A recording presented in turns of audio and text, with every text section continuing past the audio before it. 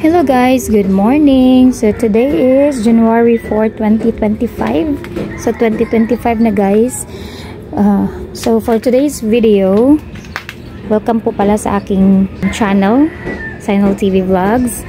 So i-share ko sa inyo guys itong mga succulents na nairipat ko. So dumating to sila sa akin, nag-unbox ako noong December 12, 2024.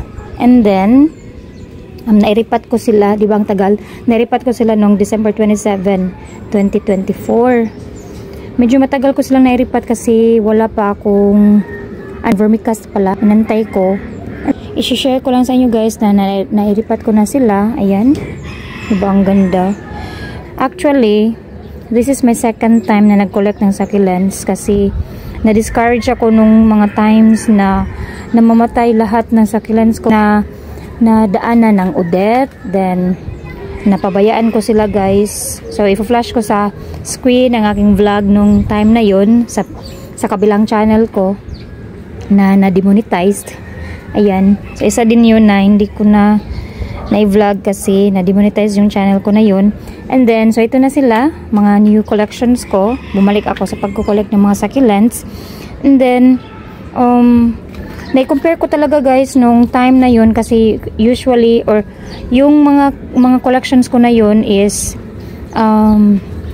pinaship ko ng naka-uproot. So through LBC or A-Best. So from Benguet, pinapa-ship ko sila through LBC or A-Best. Na-compare ko talaga na mas maganda pala na naka-pot ang ating mga succulents, especially here sa Visayas. So, my location is sa Cebu. Mas maganda talaga ang naka-pot. Ayan, konting dahon lang malagas and then hindi sila magmamashi. So, guys, so introduce ko lang sa inyo isa-isa. So, we have here Elegance. So, yung iba dito guys is wala ako noon. Then, ang iba din is paulit-ulit ko nang nabili noon. Then binili ko din ulit ngayon kasi napatunayan ko na mga matitibay sila dito sa lowland. Then this one is si Elise. So bago to sa akin. Ganda niya. 2 heads. Then we have Black Prince. Ayan si Black Prince. Lagi akong namamatay ng ayan. And then so ito si Ghost Plant na hindi naman siya nagmamashi. Black Prince nun. I hope na magtagal siya dito. Pero binili ko ulit. Kasi nagandahan ako sa kanyang color black. Then we have here the Strawberry Eyes. Actually the Strawberry Eyes is 2 heads to guys or 2 stems. Then pagripat ko, nag-separate na lang sila kasi medyo malaki si Strawberry Eyes.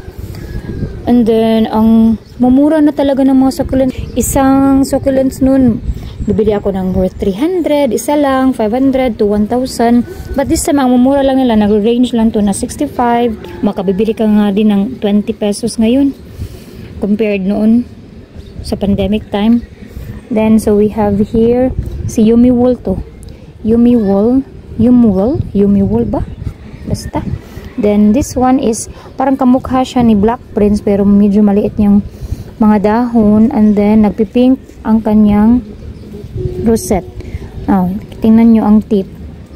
And so ito si Ghost Plant na hindi naman siya nagmamashi, nag-dry lang yung kanyang leaves, pero may isa dito na natanggal during unboxing, pero look at that guys. Oh, tumubo na siya. Here meron na din ako nito guys noon. So may Violet Queen din ako noon, then token size, then ang mamahal. Ito si Chloe. Marami ng mga variants ng mga succulents ngayon. Then ang cute ng mga pangalan, Chloe. Ito si Chloe. Yan, stress siya guys. Medyo color yellow or pinkish. Maganda din to si Runfield. Wrong spelling. Runfield pala to. Runfield na may anak. Yan. Then so we have here si Luella. Ayun, ang ganda ni Luella. Mapink-pink. Pinkish ang kanyang ano guys, dahon. If ma-stress. Ang ganda din ng Selfville. First time ko ding mag-alaga nitong Silkville, pero tingnan nyo naman ang kanyang mga babies. Oh, circular sila. Ayan. Para siyang gaway ng ano, octopus. Ayan. Ang ganda tingnan ng kanyang mga babies. Then, we have here Andy. Halos lahat ng mga namain ko is magkamukha. Then, ito naman si ano, Sedum. Sus, nakabili ako nito noon. Guys, ang mahal ng clava. Sus, Korean succulent pa yun, pero namatay, natsugi. Then, ito si Iron Claw. Yan, ang ganda ni Iron Claw. Oh. Para siyang si Mensa. Wala akong Mensa ngayon. Malapitin kasi si Mensa ng Melibugs, hindi ako nagmain ng Mensa. So, ito, Iron Claw. Ganda niya. So, ang sarap mag-collect ng succulents ngayon kasi ang lamig ng panahon, then growing season nila. Ito si Sugar Lawi. Then, the last one is itong si Kisses. Yun, maganda din si Kisses, oh. So, nilipat ko sila dito sa aking small na rack. Then, later on, magpagawa tayo ni Habi ng yun, flower para si Clava. May flower si Clava. Tsaka na natin ito kukunin. Enjoy muna natin ang kanyang flower. Ayan. So, magpagawa pa ako ng medyo malaki-laking plant rack. Ayan, may roots na pala sila after 8 days. Oh. So, ready na sila for their first ligo. First watering session. Ayan, si Luella may roots na din siya. So, almost all 8 days pa naman. 8 days na naman ang ano, nakalipas. So, expected na may roots to talaga to.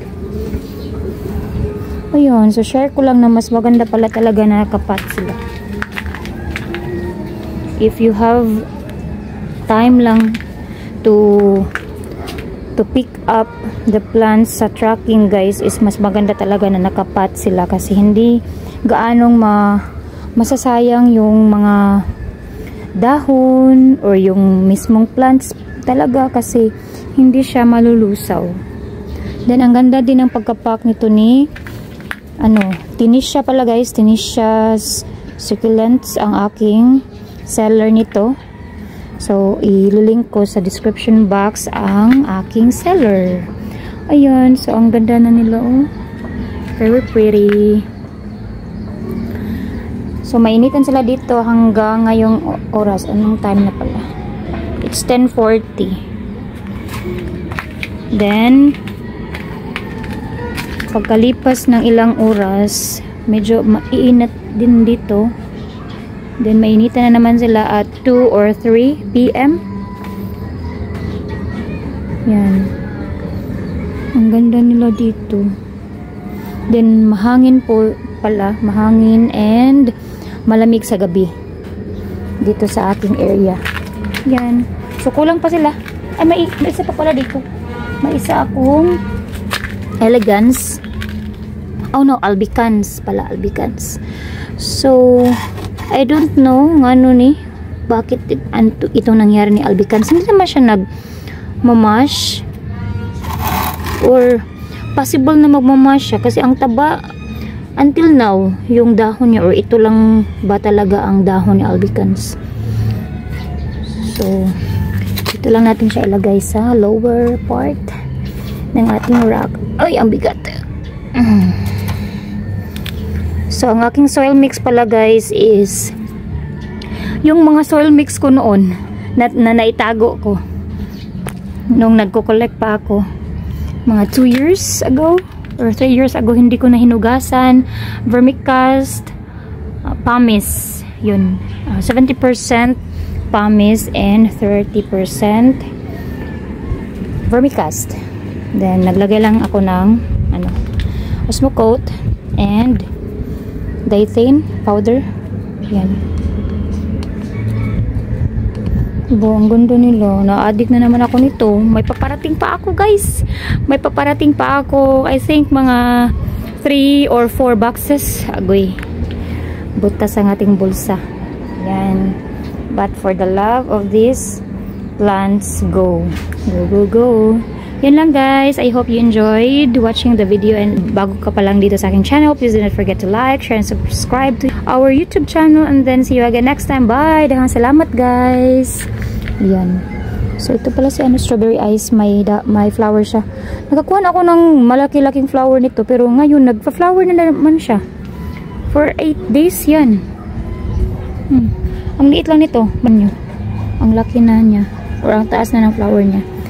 Yun lang, guys. Bye! Thank you!